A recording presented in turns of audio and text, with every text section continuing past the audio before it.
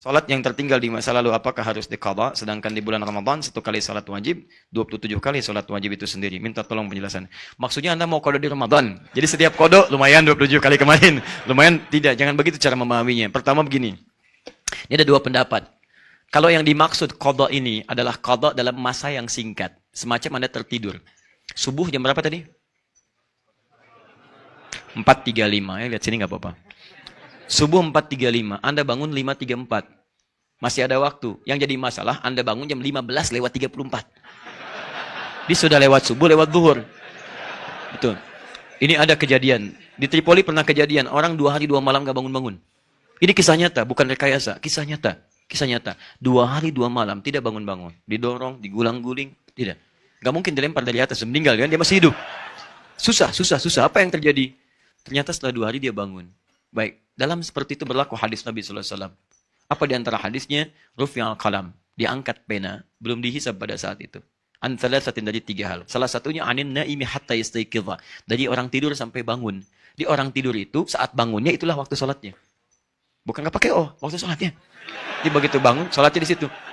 Ya, dan ini pernah dialami di masa Nabi SAW. Jadi masa Nabi itu pernah kejadian. Kenapa hadis ini lahir salah satunya?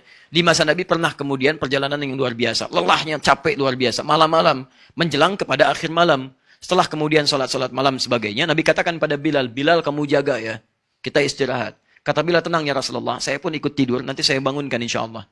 Dia bangunkan. Saya bangunkan katanya. Yakin. Udah tidur semua. Begitu bangun, Bilal ikut tidur semuanya. Yang membangunkan apa? Dengan izin Allah, cahaya matahari sudah mengenai sinar mata Nabi SAW. Bangun dengan cahaya matahari, bukan dengan bangun suara Bilal. Nabi bangun, Bilal masih tidur. Kata Nabi, wailak ya Bilal, celaka kamu Bilal. Katanya kamu bangun, kok kamu ketiduran? Kalau kamu nggak mampu, jangan katakan insya Allah saya bangunkan. Jangan katakan saya bangunkan. Jangan katakan.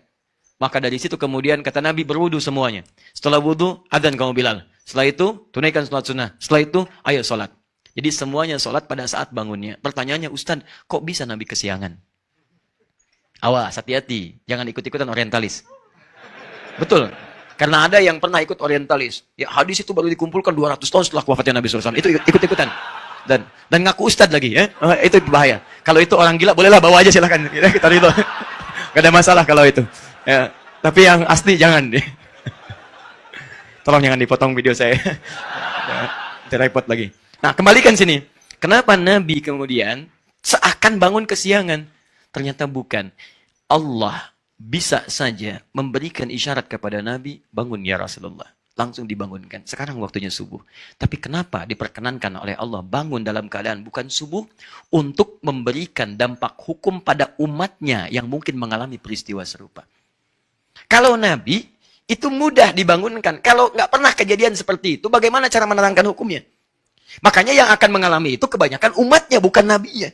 Karena itulah Nabi diberikan seperti itu bersamaan dengan umatnya supaya menerangkan hukum dan disebarkan oleh umatnya pada saat itu. Karena itulah kemudian teman-teman sekalian, jika ada orang yang tertidur dalam masa singkat tadi kemudian bangun saat itu dia sholat. Anda ketiduran misalnya kan, bangun jam 9, saat bangunnya itu sholat. Tapi ingat, bukan dalam rangka ketiduran dalam nuansa yang disengaja. Ada peluang nih, tiduran, ya kan? Tiduran. Bukan. Anda memang tertidur capek lelah. Tapi kalau tidur Anda karena bergadang, lihat bola dan sebagainya, PSG ketemu dengan Madrid nih, ketemu dengan Madrid hari Kamis dini hari. Wah, sudah catat tanggalnya macam-macam. Madrid sedang gak bagus di liga nih, tertinggal terus. Bahkan kemarin dia seri lagi, sebelumnya kalah dan salib Barcelona, poinnya udah 19 bedanya, nggak mungkin kesusul. Sedangkan di PSG, waduh, sedang juara pertama nih, kemarin menang 3-0, Neymar ngegolin lagi, ngasih assist lagi. Cuman dia belum dapat Ballon d'Or, kalah sama Ronaldo dengan Messi. Tapi Ronaldo sedang turun. Sekarang bertemu antara Ronaldo dengan Neymar. Di mana kira-kira? Dilihat jadwalnya. Saya nggak pernah nonton, Pak, nggak ada kerjaan. Betul, nggak ada kerjaan. Jadi tulis jam 3, jam 4. Lihat, Madrid menang. Ujungnya menangis, kalah. Kalahnya pas menjelang adzan subuh, jam 4:30. Pas 4:35 menit lagi mau adzan, capek tidur. Tidurnya karena nonton bola. Bangun-bangun jam 9. Maka di situ bermaksiat dia kepada Allah Subhanahu wa taala. Dia tetap sholat saat bangunnya, tapi dia berdosa kepada Allah karena dia tidur dalam keadaan lalai di waktu sholat. Paham? Nah, jadi kalau sifatnya seperti itu, kodok dilakukan. Tapi kalau sifatnya dalam jangka waktu yang lama, atau karena perbuatan tertentu, misal ada mati suri, koma dia, belum titik, ya. Jadi dia masih hidup, Enggak betul. Masih hidup, tapi tidak ada aktivitas dan diam seluruhnya. Lama, setelah misalnya 10 tahun bangun. Bisa. Misal saja kan. Atau janganlah 10 tahun, 1 tahun lah ya. Bangun misalnya. Baik, sehari kan 5 kali.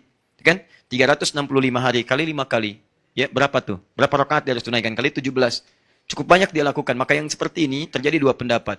Kata Imam Asy-Syafi'i, qadha salat berlaku pada dirinya, tapi diberikan keringanan dalam qadhanya. Ambil sebagian waktu yang lenggang bagi dia. Mungkin setelah salat zuhur, dia salat lagi dengan meniatkan untuk qadha salat yang telah berlalu. Mengambil keumuman hadis tadi. Seperti orang tidur yang tidak salat. Dan tidurnya dalam keadaan tidak menunaikan salat. Maka dipahami oleh Imam Asy-Syafi'i, untuk kehati-hatian, tunjukkan kesungguhan kita untuk mendekat kepada Allah. Setelah salat maghrib, misalnya tunaikan lagi. Tapi di waktu-waktu yang kira-kira tidak ada salat sunnah setelahnya, maka alangkah baiknya tidak dikerjakan. Bisa setelah subuh, gitu kan? Nah, kalau bisa itu jangan. Jangan, karena dikhawatirkan menyebabkan kesalahpahaman di antara banyak orang. Kenapa? Oh iya, kok salat lagi ya? Iya. Wah, ini alirannya bahaya ini. Oh, aliran bahaya. Nah, akhirnya di situ terjadilah perselisihan yang tidak diinginkan, ya. Itu pendapat Al-Imam Asy-Syafi'i. Ulama yang lain berpendapat tidak berlaku hukum qadha yang seperti ini. Cukup dia bertobat pada Allah Subhanahu wa taala, kemudian dia berusaha meninggalkan segala maksiat dan diisi dengan memperbanyak amal soleh setelahnya. Dia rajin zikir, tingkatkan amalan-amalan sunnahnya, salat sunnahnya ditambah lagi dan seterusnya. Kalau ini dilakukan, maka cukup kemudian menutupi kekurangan-kekurangan di masa lalu yang pernah ia kerjakan. Dua-duanya pendapat yang baik, tinggal bagaimana Anda memilihnya. Yang salah, yang sama sekali meninggalkan salat dan tidak mau mengerjakannya. Itu poinnya.